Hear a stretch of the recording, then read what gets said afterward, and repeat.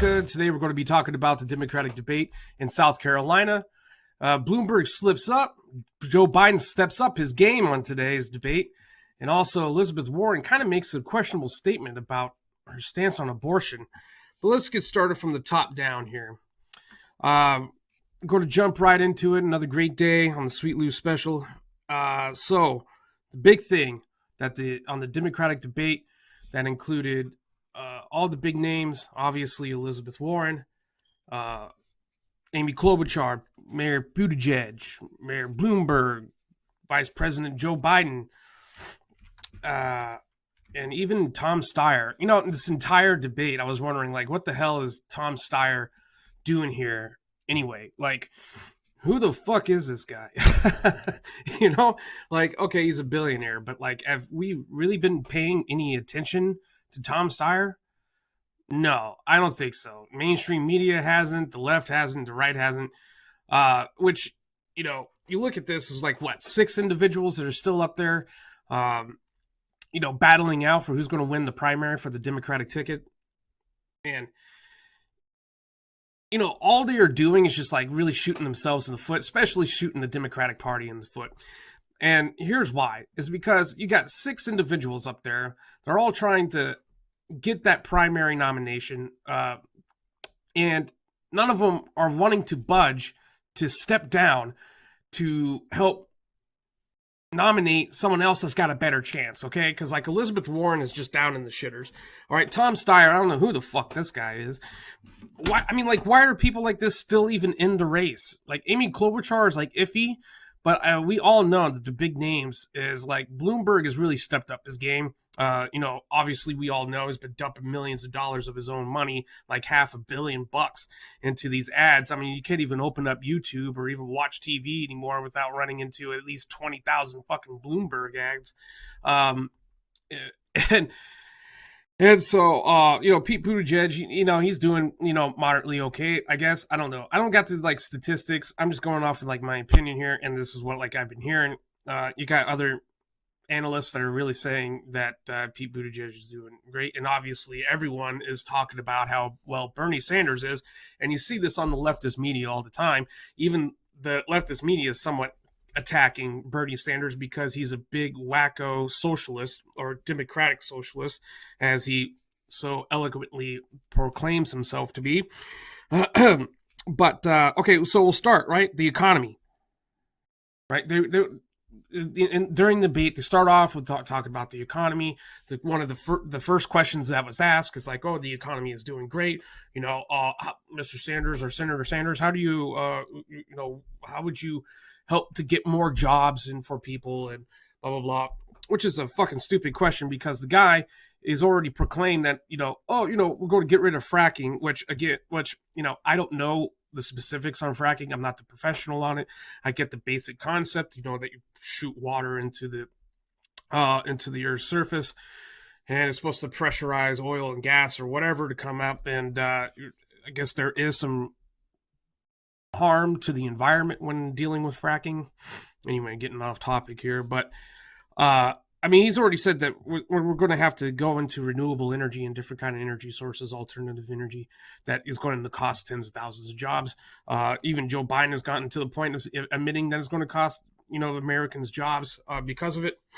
And they don't really give a shit, you know, because, you know, they're just feeding crap down your throat to get your vote, basically. But the economy, right? Well, the economy is not as great as people proclaim it to be. You know, the economy is, you know, as bad to the point where, you know, people are still not making enough money. People are still unemployed, blah, blah, blah. The fact of the matter is that the economy is doing fantastic. All right. This is common consensus. It's just trying to get anything from the left to say that, oh, you know, President Trump is actually doing something right. It is basically impossible. All right. They don't want to admit it. They just want to fine pick. And like, there was a week going on about, oh, it was really President Obama that was, really created it. The fact of the matter is that, you know, people are getting jobs. People are getting paid better. The stock market is going good. However, we do have the stock market problem of this week. because of the coronavirus, which we'll talk about later if we get to it. Um, but another thing that they asked was, okay, did Putin interfere? All right, Russian interference in the election. They're all basically saying, especially Bernie Sanders, no one is going to interfere in the election. When I'm president, no one's ever going to interfere. See, and this is a big conundrum, right? This is a double-edged sword when it comes to it, all right? Because is the Russian government really like getting involved into interfering into our elections? Because here's the problem. Every time I hear about this Russian interference into the election, what is the interference? How are they interfering? In what way, shape, or form? Right? Does anyone really know? What can you guys answer that for me? Like, what have you heard on what is this Russian interference? Right, which has already been proven in the Mueller report, which we had to, sit around as one of the first circuses that the House Democrats had to, put up. No collusion, right? But what is this Russian interference? Does anyone bother to sit back and ask, what is the interference? Well, how are they interfering, right? What is this interference? Are they like sending Russian spies to come and vote in lieu of like dead Americans using social security numbers? Or is it some kind of like fucking Tom Clancy shit that's going on? No, right? What the fact of the matter is that there are organizations that are in Russia, whether it's government ran or not, or private over there, and it's basically trolls online, right? They go on to Twitter, they go on to Facebook, they create these fake accounts, they get people riled up, just for like shits and grins. They create memes that either bring people together or fucking split them apart. Basically, it's South Park kind of like made a big joke out of it of the trolls, and how they really get underneath people's skin and their influence on people's emotions. But Americans tend to fall for this, and but I believe is what they call NPR. It's like the national. I forget what the hell the acronym stands for.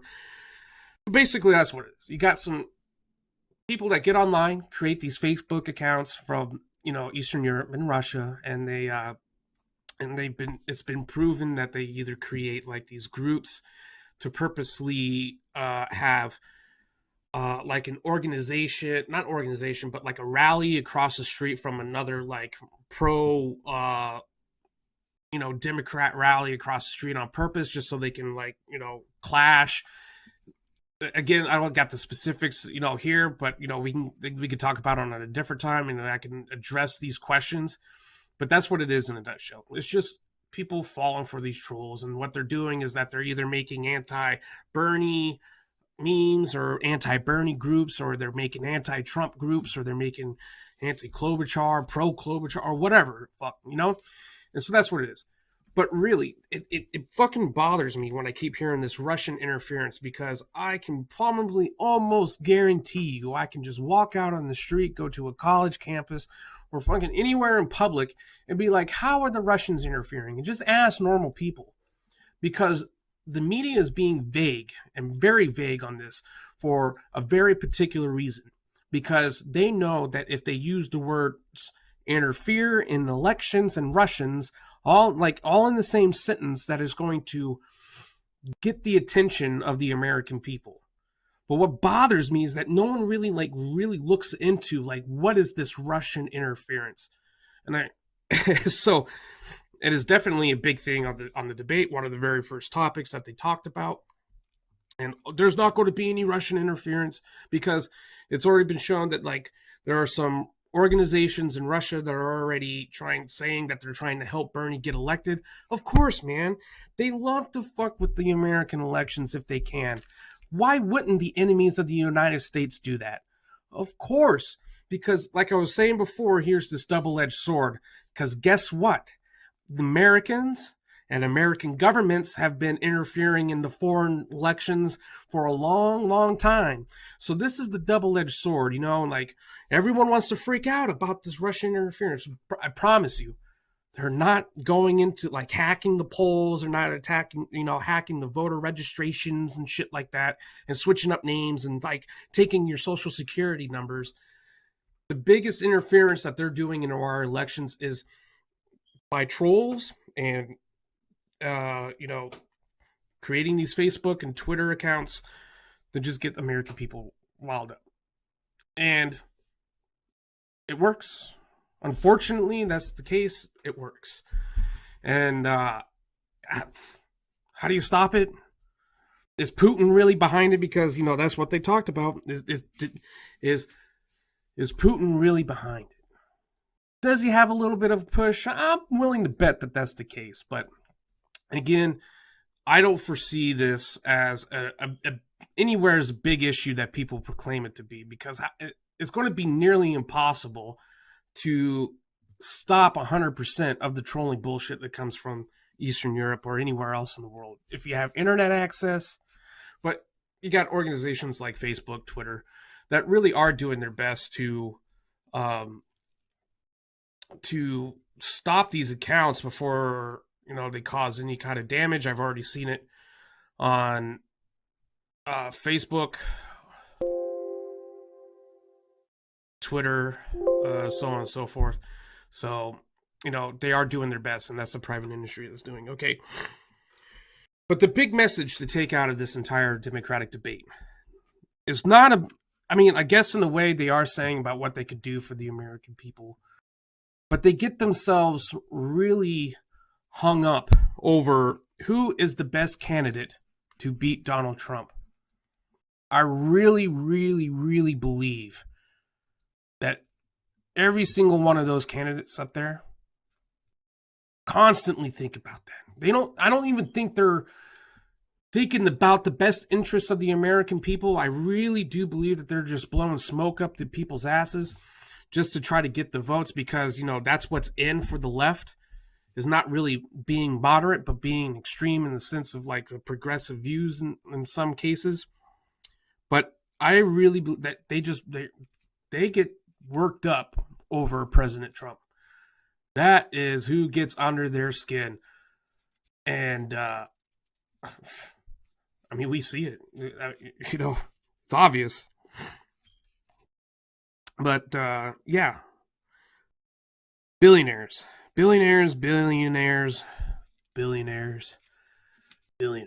We got a new boogeyman from the Democratic Party, and that is successful billionaires. They are the evil. They are causing 100% of the problems that we have because they can make too much money, and we have to redistribute that wealth to the entire country. Really, all this shit that like Bernie Sanders says is like in the Communist Manifesto. It breaks it down. He's got it to a T. Like, you turn the workers against the owners, against the successful ones, and it just like causes, chaos, and we've seen it already. You turn the workers and create workers' parties and workers' unions to go against the owners, to go against the, factory owners, the business owners, corporations.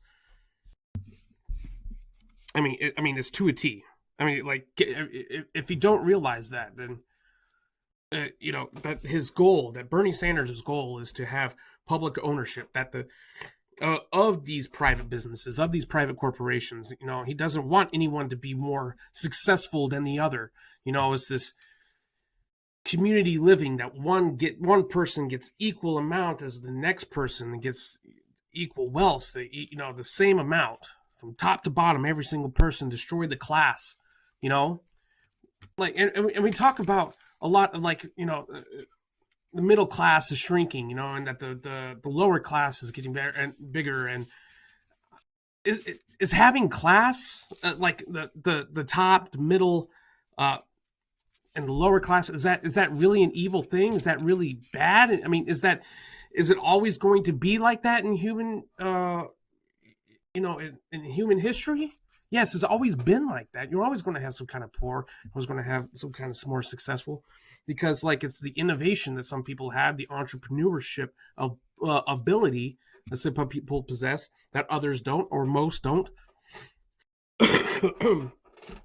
And so that's that's going to be inevitable, in my opinion. I mean, maybe most disagree with me on that, but like I said, that literally comes out of the Karl Marxist idea of redistributing of wealth. All right. One thing, of course, we're going to see a lot of bullshit out of this Democratic debate. I mean, it's inevitable. So I watched the entire thing from start to finish. Well, really just the debate part, not really like the precursor, the preview, and then the post interviews and shit like that. I just went through the debate, and of course, we got no surprise, Elizabeth Warren just telling more lies. The same damn lie that she's already told before. And what is that lie, Sweet Lou? Well, let me explain one to you, because I know I haven't talked about it yet, but many other commentators have, and we will actually play a clip for it. And so let me show you guys the clip one. I'd like to respond. Go ahead, Senator. He called me out by name and referred to what I talk about as a sideshow. This is personal for me. When I was 21 years old, I got my first job as a special education teacher. I loved that job. And by the end of the first year, I was visibly pregnant. The principal wished me luck and gave my job to someone else. Pregnancy discrimination, you bet. But I was 21 years old, I didn't have a union to protect me, and I didn't have any federal law on my side. So I packed up my stuff and I went home.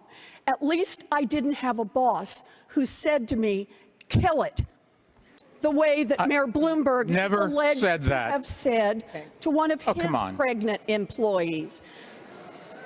People want to... Okay, so Elizabeth Warren, she says that she was a special needs teacher when she was like 19, 21 or whatever age she was, and said that she was visibly pregnant, and that the principal came up to me and said basically said that, we can't have you anymore, and then replace my job with someone else. I looked this up, PolitiFact, okay, if you want to use as a reference, talk about her in the 70s. All right, which is not the case. All right, to quote out of PolitiFact, it says right here, the minutes which the Free Beacon posted online says the school board approved offering Warren a part-time teaching contract in August of 1970, offered her a second-year contract in April 1971, and that Warren resigned in 1971.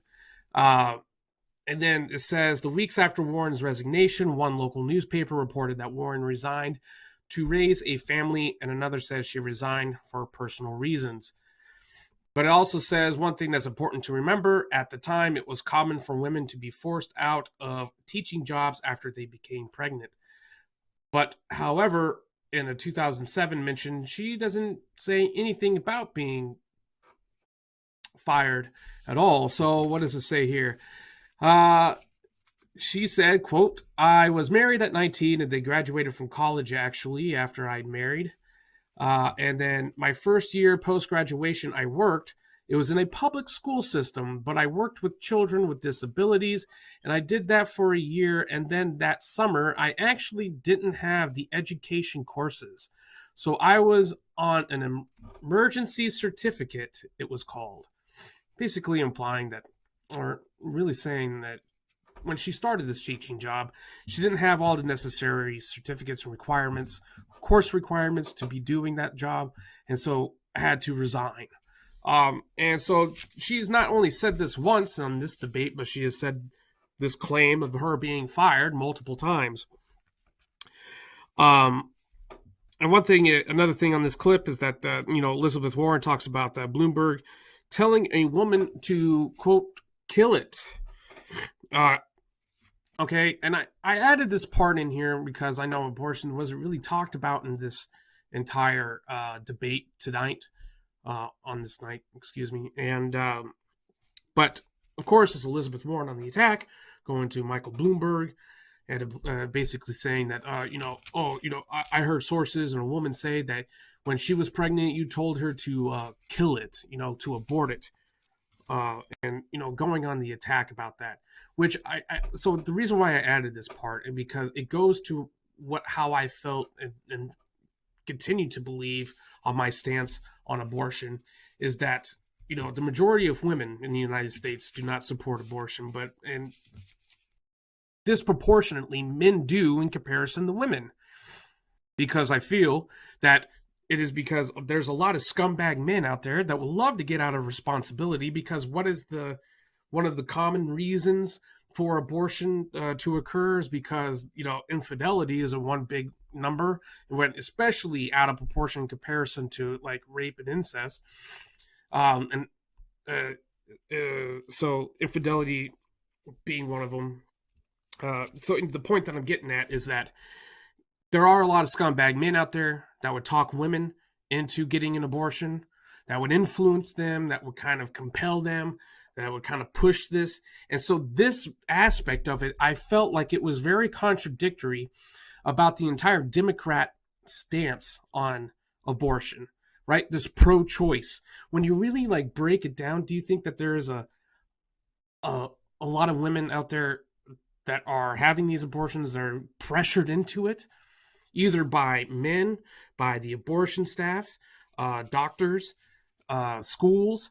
Okay, it's been shown. And so, like, is that really the pro-choice? Is that really choice of the individual? Or is that influence, or is that pressure onto the individual to be doing something wrong like that? That's what I took from it. So, if she really believes wholeheartedly that Michael Bloomberg had told one of his employees to just abort it, basically kill it, then she has to recognize that, is it really a lot of women are out there being put into that position where they're being told by someone above them, whether it's a teacher, school, family member, a lover of some kind, to do this? Isn't that kind of like contradictory of the pro-choice? That is not really choice. Something to think about there, and a lot of things during this debate, I had to stop. I recorded. I wanted to say, hey, this is some serious stuff. A little bit of snippets of them really exposing who they really are. Okay. Okay. So if Bernie wins this nomination, they warned, Pete Buttigieg just said that moderate votes will shift to the right. Or no, he would say that moderate votes on the right will not shift left, because Bernie has been saying that this he's going to have the biggest voter turnout and that the country has ever seen. And so like he's been saying this for like not just like 2 years, not even 4 years, but he's just been saying this shit for decades, since the 80s, and when he was a mayor of Bloomington, Vermont. At least he's been saying, from what I researched yesterday, he's been saying, we got big voter turnout in here in this election, big voter turnout for his Senate run, big voter turnout for his mayoral run. So I really do believe that if he does win the nomination, because you got 6 individuals and the vote is very split between all of them, right? Even though Bernie Sanders is winning and has got the vote, or now, you can have 2 people drop out in those candidates' votes. The voter base is going to shift to someone else. If that happens, and when that happens, are those votes going to shift to Bernie Sanders? I don't know. It's still really up in the air right now. And even after this debate, Joe Biden was looking pretty good because he really stood his ground and was really on the offensive. So maybe my prediction is still going to be correct. I don't know. But as of right now, Bernie Sanders still leads. And is he going to get that moderate vote? That's that was the problem in the 2016 election, wasn't it? That no voters came out to really vote for Hillary because Hillary wasn't their number one choice. So they're like, I'm not going to come out and vote, And so, Trump won. My personal opinion on this entire thing is I think that Trump is going to get more votes. I think he's going to win the popular and and obviously the Electoral College. But we'll see. That's just my predictions. Now, I wanted to play this next short clip for you guys. Very interesting clip, I thought, because I believe Michael Bloomberg was asked about his ties with the Republican Party and how he helped fundraise for a Senate run for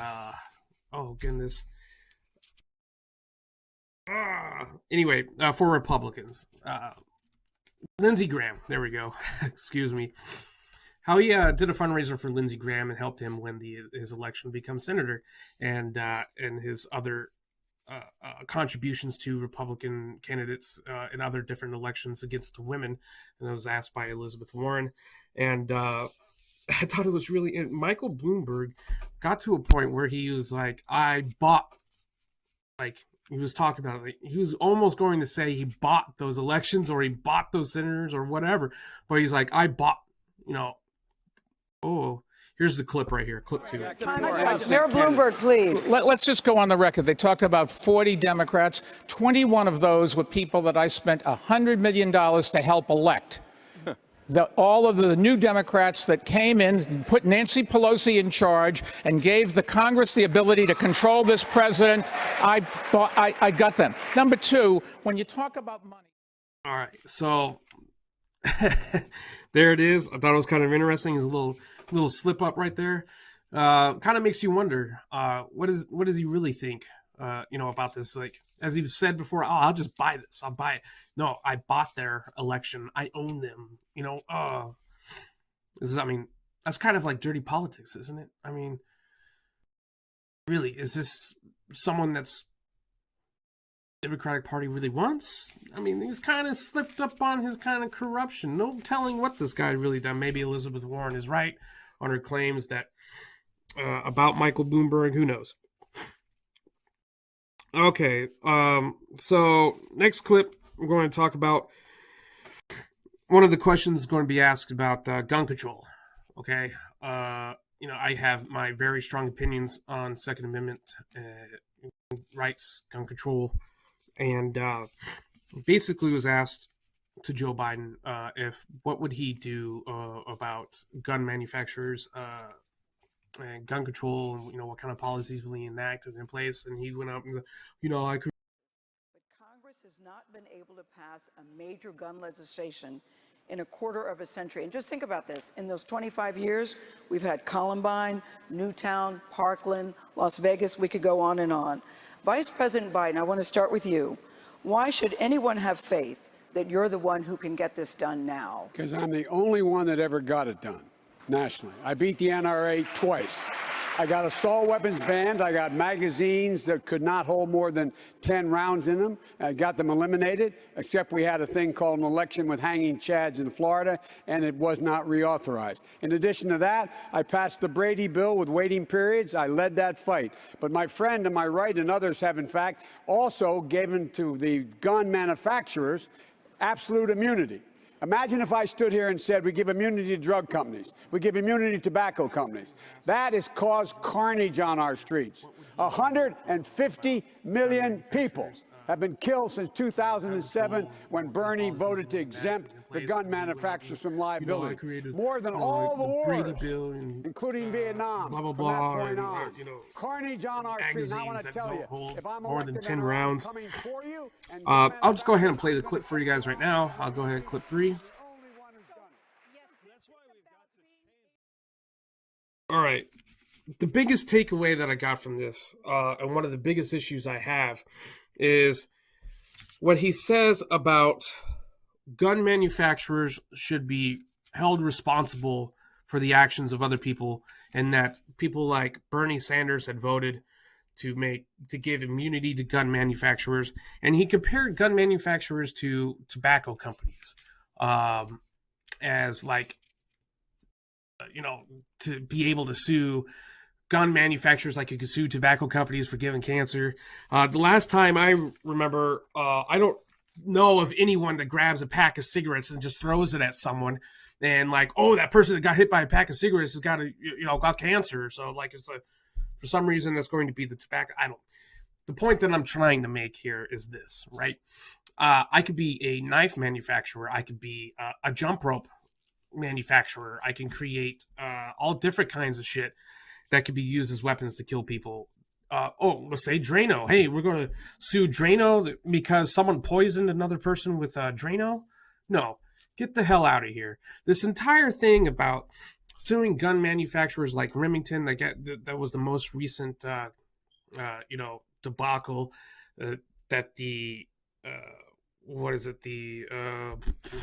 Sandy Hook victims, the families of the Sandy Hook victims, got together and they were approved in Connecticut by the Connecticut State Supreme Court that they could sue Remington of manufacturing for their family members being killed in the Sandy Hook incident, which is absurd to me. Which is like I've said before to either on here or to especially my friends, and then my point of view of this is that it's not the gun issue. It's not, okay? Because you can't blame the tool. You can only blame the individual that has the intent. The tool has no intent, right? A pen you can use for malicious intent. You can use a phone, obviously, for malicious intent. A computer monitor.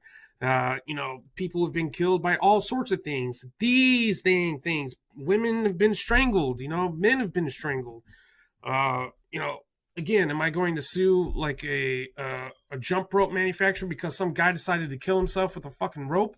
No, because you create the tools, and in my opinion, that's what a gun is. A gun is an extension of of you. It is a representation of you and is a representation of your intent. But ultimately, the individual is the one responsible, because this is the thing that people do here in the United States. And I don't know, I can't speak for the rest of the world, but the one problem I have is that personal responsibility, it just barely exists anymore. I understand that in human nature, it is very, very hard to accept blame and to take it and own it, that you fucked up and that the person, the individual, is the one responsible. We all do this, that we all point the blame to something else or to someone else. And instead of saying that, and then no one wants to put the finger at themselves. That's the issue. We don't have a gun problem. We have a violent people problem.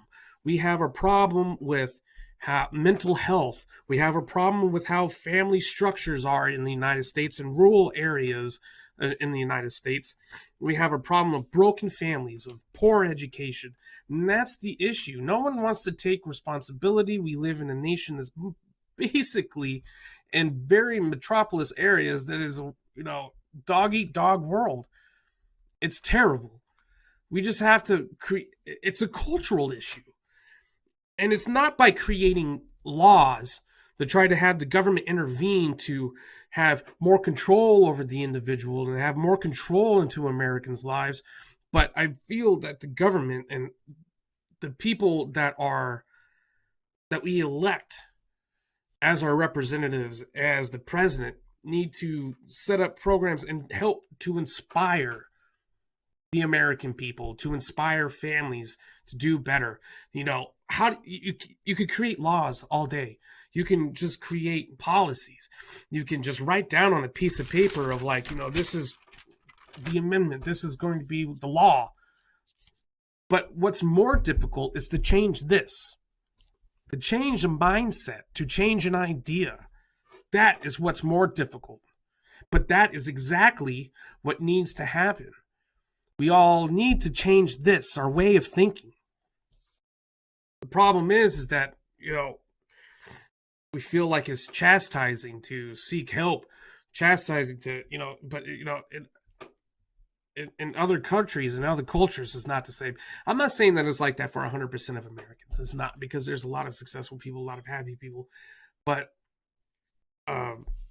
that is not a case for every single person. And so that is something that we need to recognize, and we need to say that this is the issue. Because the core issue is the way people think, because it starts with someone thinks that it's okay to commit this crime.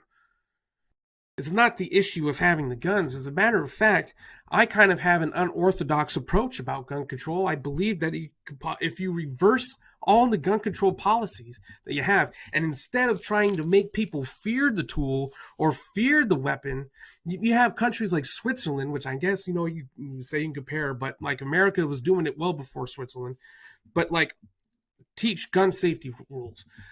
If you embrace the thing that people think that they fear, it becomes less fearful. Start teaching more about gun use, gun safety.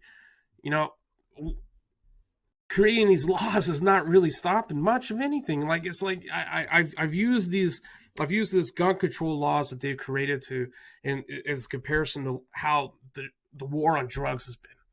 You can add 20 million thousand fucking laws against heroin, but are you really going to stop 100% of people from using heroin, or like any small percentage of people using heroin? No, it's still going to happen. What you need to do is that you need to change their mind and give them help, right?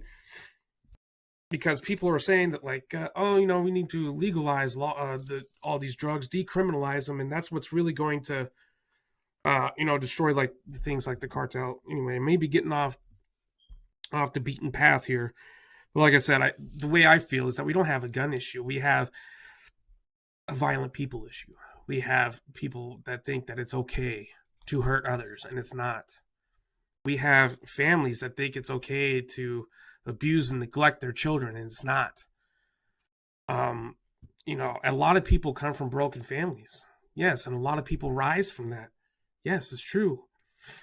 But there's also a lot of people that need fucking help, There's also people that need to say, hey, raise the red flag and be like, hey, this guy's probably off his, or talk to him, reach out to other people, help each other, instead of just, an individualistic society, which we are. That's just my opinion. So anyway, moving on. So big thing, especially in Bernie Sanders. I attacked Big Pharma. Medicare for all is going to save us billions of dollars. Everyone's like, okay, yeah, where's the math? Where's the math? I'll tell you what the math is. You're going to increase the spending of the United States budget by like 50 to 60 trillion dollars in 10 years, which is like more than doubling. What's their spending? Like 1 trillion bucks is what our spending is. Something like that. I can't remember how far. But we'll look it up. But yeah, I call bullshit right away. I'm like, come on, man. Yeah, it's going to cost us a lot of money. You're going to charge us a lot of money. There's some people out there saying that the middle class is going to be charged or taxed like maybe $400 or $500 more on their income taxes. I'm like, no, that's a bunch of shit. I call that out right away. Well, you really think this guy's what he's saying about his tax plan going to be true? Fuck no, man. Absolutely not. Because here's the biggest misconception, right? You got, even if he does do 70, 80% of like tax on the wealthy, they make up less than 1% of the population, right? How much taxes do you think that you would actually get from them? Because here's the thing, people think that people like that Jeff Bezos, for instance, is like 140 billion, or I think he's at 120 billion that he's worth now, or whatever, 110. It doesn't fucking matter, whatever. $100+ billion. I mean, there's people out there that really think that this man is sitting on a big pile of cash that's just counting up to $100+ billion. All right, and here's a little bit of education for you guys. Okay, a lot of their wealth, the majority of the individual's wealth, is tied up in assets, which could be a combination of all the properties that they own. Biggest thing is the stock in the company that they own is worth that much. That's what gives them the value or the net worth of how much they're not sitting. Jeff Bezos is not sitting on $110 billion inside his own private vault or in a bank account somewhere. That's just how much all of his assets are combined together. And here's another thing that the wealthy do, because they're not stupid and they want to keep their money, is that they earn their income off of dividends off the stock that they own in their companies or company, whichever. So, which is taxed at a lot lower rate. Okay. So he's talking about income tax. All right. I can tell you right now, he doesn't know much shit about taxes if he doesn't know that, people like Mike Bloomberg and Jeff Bezos and Bill Gates are sitting on most of their wealth on assets, and that stock dividends, are paid at a much lower rate than income tax. So that right there, I can tell you, you're not going to get much taxes from an income tax if he's not talking about stock dividend taxes. Just FYI, the heads up on that, okay? Anyway, let's see, I can get off the beaten path here quite easily. But Big Pharma, okay, he attacks Big Pharma, and the healthcare industry, they make too much money. But is he really providing proof that? Okay, there was one study out of Yale that said that Medicare for All is going to save $500 billion. Well, I got to read the study for one thing, because I'm not going to take it for face value for what he says. But are we really afraid of Big Pharma? Is Big Pharma really that evil of that we're trying to put it? Who else is creating the drugs that we need? Yes, I get it, that there is an issue about price control of things like insulin. What is it? Epinephrine, EpiPens, right? And it's been another big issue. I don't know what it looks like currently on the prices of those kind of necessary drugs. Yes, the prices of drugs are out of hand. And it is a for-profit thing that these big pharmaceutical companies, which a lot of them are necessary, right? Obviously, things like insulin is absolutely 110% needed for people that have diabetes and such, that, for them to live, right? And EpiPens, same thing for allergic reactions, so on and so forth. But the entire industry of pharmaceuticals, is it really that evil? I mean, who else is creating these pharmaceutical drugs that people need to live? Is it the government? Is there a governmental program that you got GS workers that are working on creating the next, anti-cancer treatments? No, it's the private sector, right?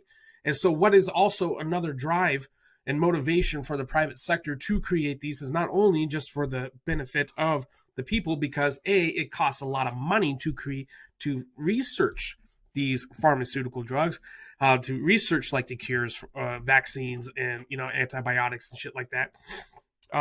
Costs a lot of money, and then you have great minds, doctors, PhDs, MDs, that are all working together. That their labor is not cheap, by the way, to keep and to pay their salaries, right? So yes, there is that aspect of it. Is it playing devil's advocate and going for big pharma?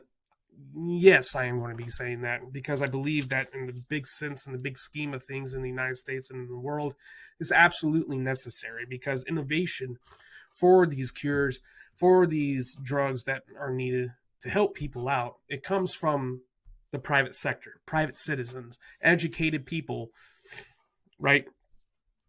However, the way that I feel about the cost of things like insulin and the EpiPens is, from my understanding, it's just one company that creates each one individually, right? Well, the government needs to come in and give people grants, needs to give organizations, businesses grants to be competitors to those companies that control, basically a monopoly on that specific drug and on that specific drug. If you create competition, price goes down on that. So government can get involved and inadvertently help decrease the costs of those. But you see, these politicians are thinking in a political way. They're thinking all in the same direction, because there's no diversity of of expertise. There's no diversity of professions when it comes to even local, state, federal governments, because 90% of them are all lawyers or career politicians. So I just feel that if you give incentive for competition for startups to compete against those companies, because then you'll be able to drive down that price. Okay, next clip we're going to go over Pete Buttigieg. Okay, it goes off of his stance on gun control. I'm going to go ahead and play the clip for you guys. Go ahead and take a look here as Pete Buttigieg talk about gun control. To go because otherwise Washington will not deliver. I was in high school when the Columbine shooting happened, and I remember everybody in Washington saying, "Never again. We'll never let this happen again."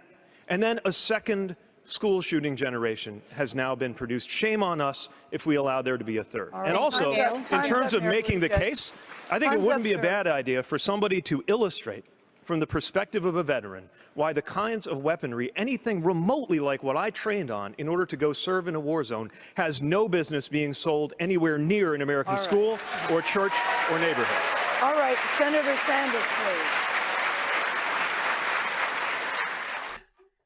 All right, first thing I want to say, Pete is so full of shit.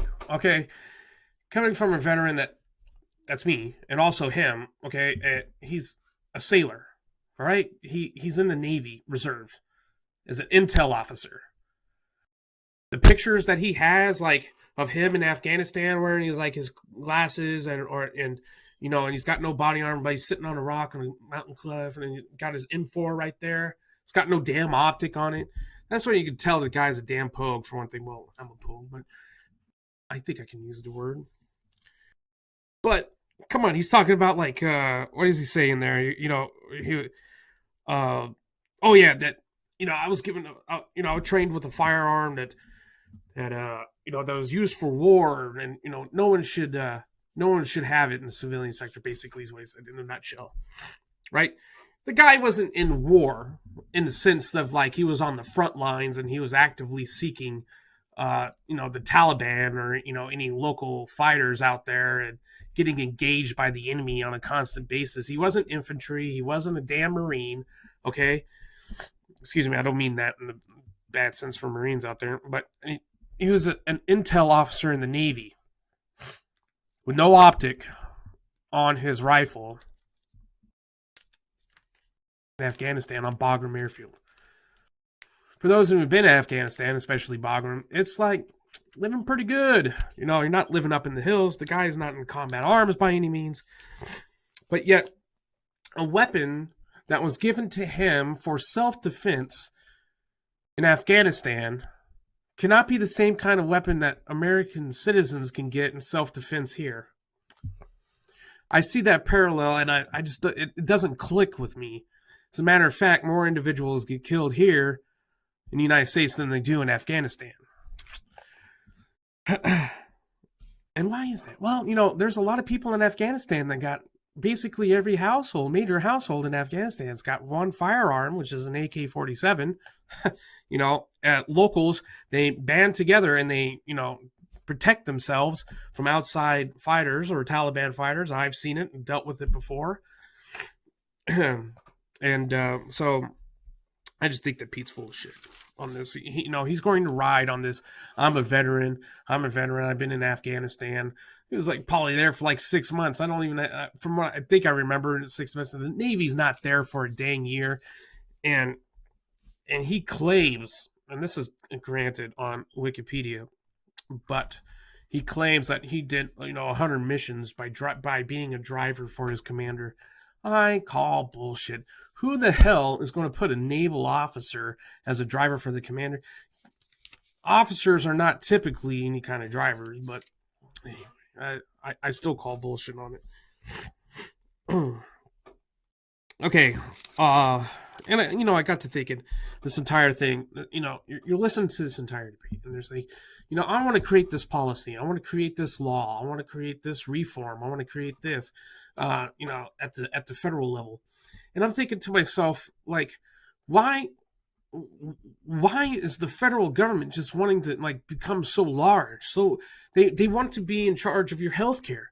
They want to be able to be in charge of your education. They want to be in charge of like, your birthing rights, your reproductive rights. They want to be in charge of like fucking everything, every aspect of your life, the way you fucking think, and like the way you speak. Oh, hate speech this, and like you can't say oh fuck you that, and like when are we going to realize this as Americans that like, hey, hello, then like they're really wanting to be involved in every aspect of your life, man.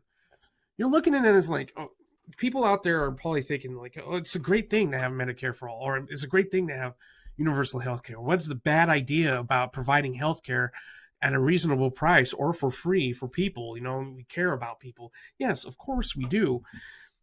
But do we want the government to be involved in that, for one thing?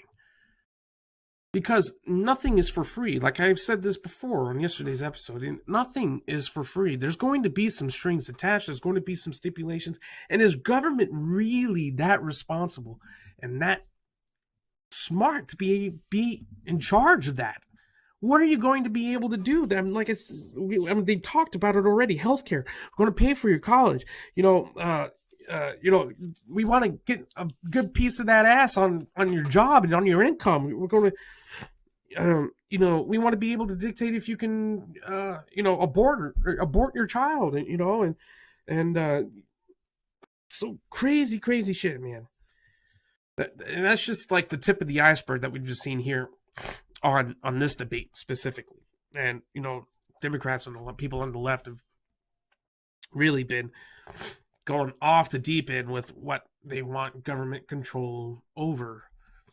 They want to be able to tax the way you get to work. They want to be able to have you pay for everything, and it's, to me, it just seems that like they're talking about creating policies left and right, but like, when are we going to step back? And what about the damn state? What about like individual states, the 50 damn states in the United States, right? Why aren't they like creating shit like this?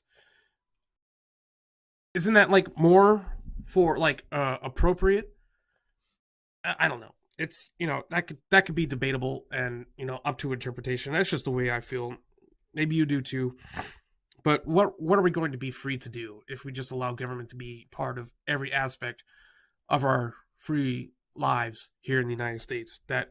Because if we allow them to give us free education, what is that going to be? What's going to be the stipulation on that?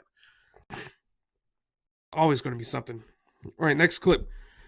We're going to be that the Sanders here talks about the topic is about marijuana. If it's going to be legalized, and if the candidates individually would want to legalize marijuana, that's a common consensus here throughout the Democratic Party that marijuana legalization is something that they want. Me personally, I agree with it. I don't think that marijuana is harmful. I do believe, though, that it can be abused just like anything else that individuals can consume, people consume. So, and it can be abused. Anyway, I'm going to show you this clip 5, and right here. Senator Sanders, you were name checked. All right, look, you're right. We have a criminal justice system today that is not only broken, it is racist. Got more people in jail than any other country on earth, including China. And one of the reasons for that is a horrific war on drugs. So I do believe that on day. All right. So I wanted to clear this up because Bernie Sanders this isn't the first time that he said this. He said it multiple times about how the U.S. has a large population of prisoners, people incarcerated here in the country, and that we have the most people incarcerated in the country than any other country in the entire world. He specifically states here that we have more than even China. Okay, and this is the false narrative. This is where the bullshit is. Okay, and I wanted to clear this up because I felt that it was important. Do we have a lot of prisoners here in the United States? Yes, we have a lot of people incarcerated. I mean, for Christ's sakes, we are the third largest country by population in the entire world. Behind China and India. But I think here's the biggest misconception here. Then more people incarcerated in the United States than even in China. Looked up the numbers. It's like 2.3 million in the United States, 1.2 million in prison in China. But here's where the numbers are all screwed up. And they even brought this up later on in the debate because they just grilled Bernie Sanders about how his stance is. He's pro-China and pro-Cuba, and we'll talk about that here soon. Is that there are just like 1 million plus people, Muslims alone, that are in re-education camps or concentration camps in China. And that number is not reflecting of those that are in re-education camps and basically concentration camps in China. There are people, more people, I would even bet like 3 times that of what the United States has of people incarcerated. They probably have 3 times more that are in not only prison, but in re-education camps and in their concentration camps or workers' camps or whatever, because the Chinese government is keeping a lot of shit secret, because that's what communist countries do. You got, places like North Korea. I mean, they got their own versions of the gulags over there that they're putting people to work, political prisoners, religious prisoners, and shit is not good in China. And so don't believe that is false of what Bernie Sanders says. Lie. I mean, there's millions of more people taken involuntarily against their will and placed into the system by the government, whether it's in prison or in these concentration camps. Okay? So please, if you hear that, pass the knowledge that this is human rights violations from left and right. China has been doing it for a long, long time, and they're going to continue to do it because that's what socialist and communist regimes do. Okay? Nothing to be praising China over. Okay? They pay their people like shit. And if you want to talk about a division of class, of middle class, do you think there's much of a middle class in China?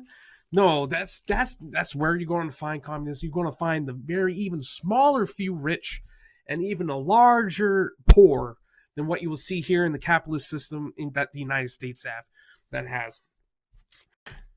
And that's the truth. There is no child labor laws basically in China. You see it especially with the coronavirus now.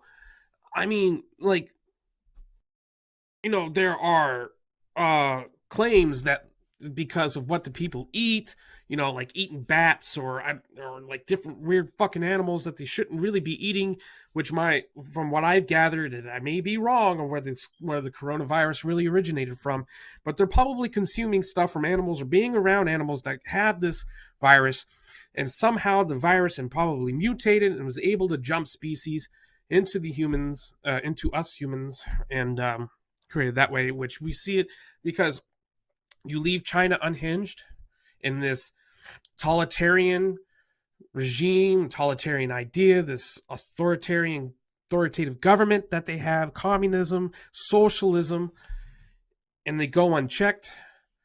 And look what it's going to be doing to world economies. Look what it's going to be doing to our economy. We're already starting to see that the stock market is already getting hit.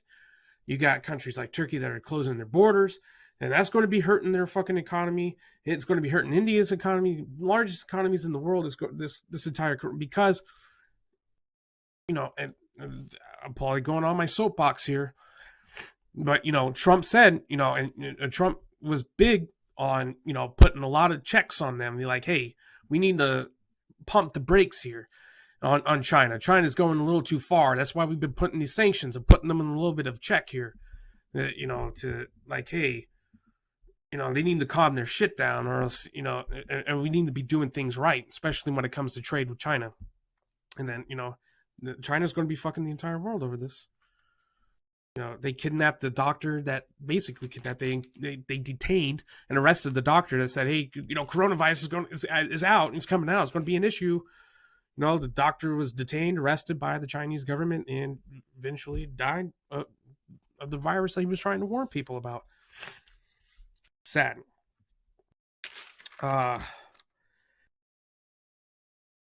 Yeah, so, and one thing I will give Joe Biden credit for on this debate is that what he says about China, and that we do need to get involved and get up their ass about what they're doing because they're going unchecked. I agree with that part.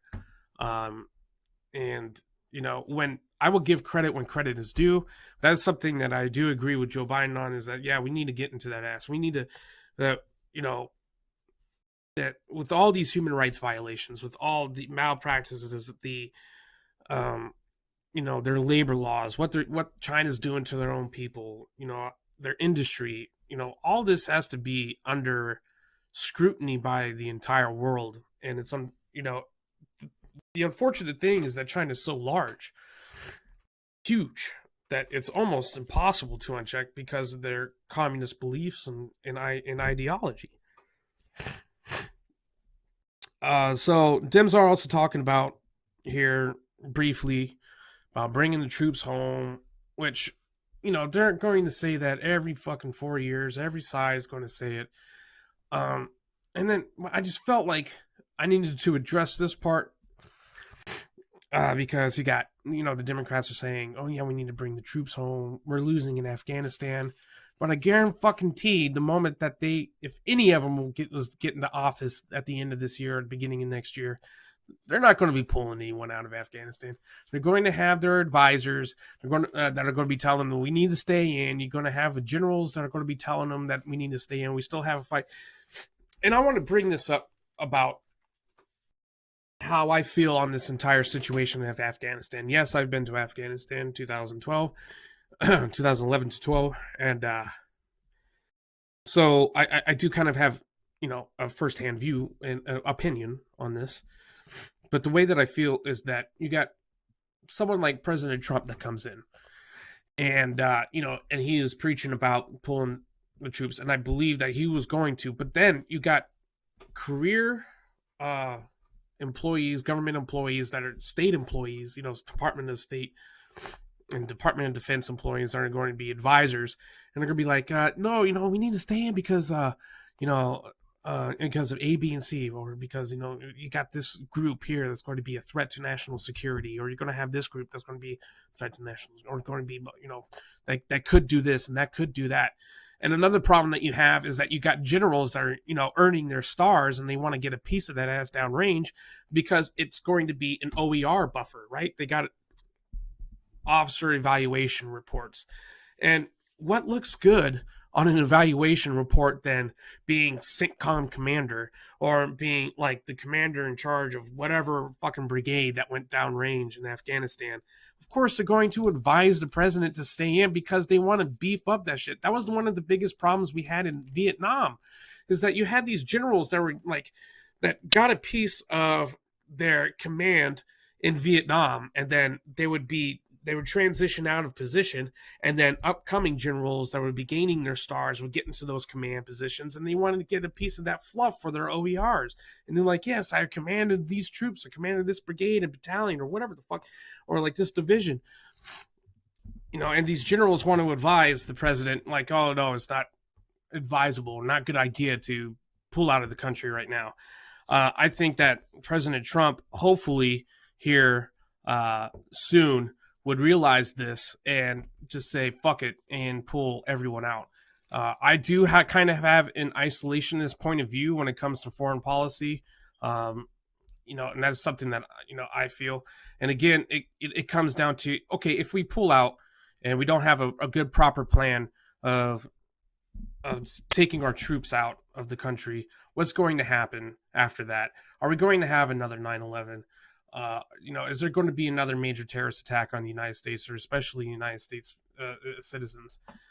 So I get it. There's a lot of things involved, and there's not a simple one single answer, I don't think. But is there better ones? Yes. And I really honestly don't believe that we need to be staying there any longer. But the contradicting bullshit that I wanted to point out here was that, they say that we're going to take the troops home, but like the moment that Trump tries to pull people out of Syria, northern Syria, then it's like, oh, we're betraying the Kurds. The Democrats are like, oh, we're betraying the Kurds. You're really going to be hurting national security. I mean, like, if that wasn't an eye opener for people to realize that, like, even the Democrats are like probably even the bigger warmongers than the crooked Republican officials. I'm sure Nancy Pelosi has her interests, and that was kind of shown during the invasion of Iraq, and Dick Cheney's kind of business and his interests into war. And lastly, to sum up everything, well, not to sum up everything, but to really end this episode off, that is probably going to be a big thing in the media after the debate, and everyone's probably going to see is, Bernie really talking to and praising Cuba, praising like the Soviet Union, communist Russia, and because he's going to be saying that you'll find clips of this. They already got this shit out right after the debate, and he was questioned about it. Cuba was an authoritarian. It was authoritarian. It was a terrible regime. And I don't condone that. But however, we cannot deny that the greatest part that they had was their literacy rates. They could be killing off, like tens of thousands of their own people and putting people in prison without due process. But hey, at least you can read the fucking read the laws or read like the fucking propaganda posters, right? Because the literacy rates were fan-fucking-tastic in Cuba. It was fantastic in the Soviet Union. But hey, people got free education, free healthcare, in the Soviet Union. Meanwhile, if you talked anything bad about the Soviet Union or Stalin, you were put in the jail and shot in the back of the head inside of a prison across the street from a fucking toy store. So like, it's just so weird. Like, why is Bernie like so like hemmed up? He's saying that like, oh, well, even Barack Obama had acknowledged that Cuba had a great literacy rate and that there's some things that they did great. Well, you know what? Why can't you use other countries that are not so totalitarian, like your beloved Scandinavian countries and their education programs, or maybe countries like Japan that are pretty positive and doing great things for the world and their literacy rates? But why does it specifically have to be Cuba as an example? And let me tell you why. It's because that is his real true colors of being a communist, of being a socialist, and that is his real views. And that if you don't see through the bullshit that he is spewing to you by giving him this kind of power of being in charge of the United States, of being the president, and if he had his way of being a totalitarian and a complete dictator of the United States, which I'm sure he would want, is that complete government control of every aspect of your life, and that there's going to be no class, and that you're going to be in control of, that the government's going to be in control of business, and that you're going to have the same kind of property as you will as your neighbor, and the same kind of fucking house as your person across the street, blah, blah, blah.